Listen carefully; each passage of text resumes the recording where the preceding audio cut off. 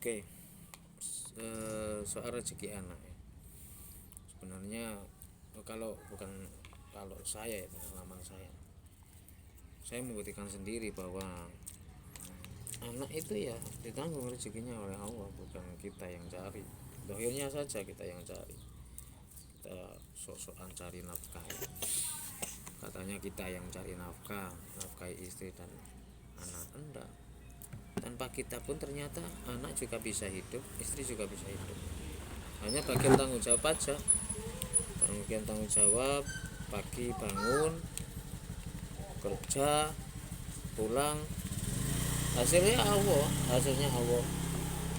Allah yang memberi, entah sedikit entah banyak.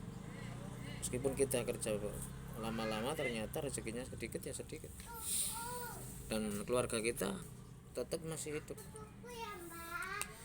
Nah, memang pendewasaan konsep rezeki itu ya bertahap. Dari mulai kita nikah itu beda-beda konsep rezeki, terus berbeda-beda. Nanti jadi awal-awal nikah dulu kita punya konsep kalau kita nggak kerja nggak dapat uang dan nggak bisa menafkahi. Ternyata enggak. Ya, ternyata pada hakikatnya kita ya tetap harus bangun pagi.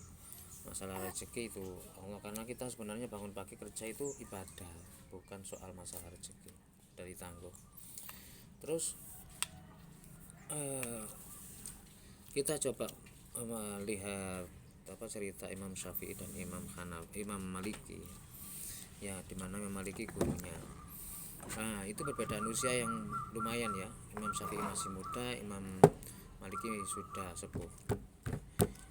Beda konsep rezeki itu soal pendewasaan ya.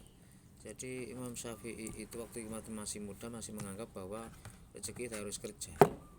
Imam Maliki beda, tanpa kerja pun kalau Allah sudah kasih rezeki ya sudah, karena sudah ditentukan.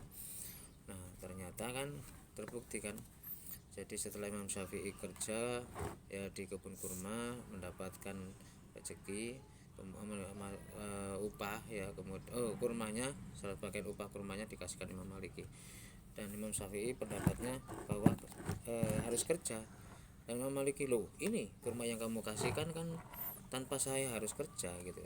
Jadi tapi soal itu bukan Imam Syafi'i beda pendapat dengan Imam Maliki sehingga kita Imam Syafi'i mengikut pendapat Imam Syafi'i.